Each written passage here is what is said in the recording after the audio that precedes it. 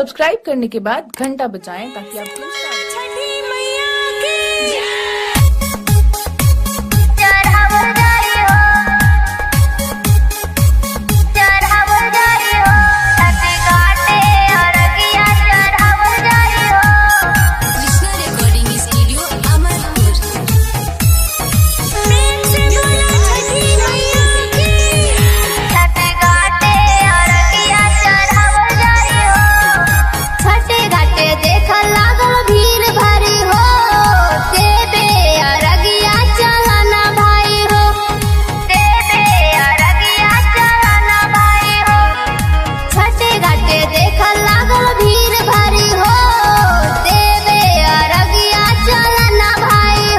चल माई बाबू भैया बहिन चलल जाई हो, चल माई बाबू भैया बहिन चलल जाई हो। छठी घाटे अरगिया चढ़ावल जाई हो, छठी घाटे अरगिया चढ़ावल जाई हो। छठी मैया की छठी घाटे अरगिया चढ़ावल जाई हो।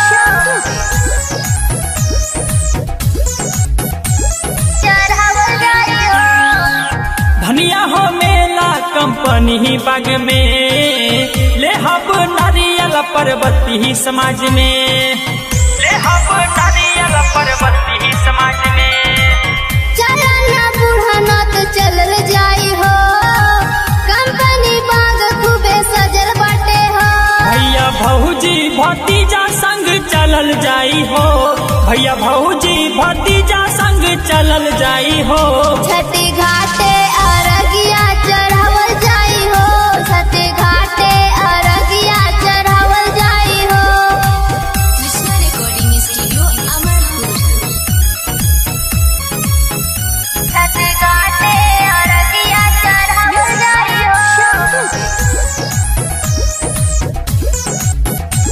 चढ़ावल जाई हो।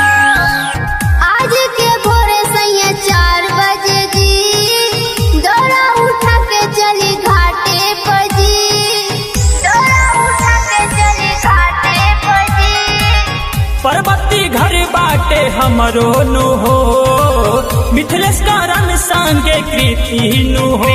चल गंगा किनारे सभे चलल जाई हो, चल गंगा किनारे सभे चलल जाई हो। छठी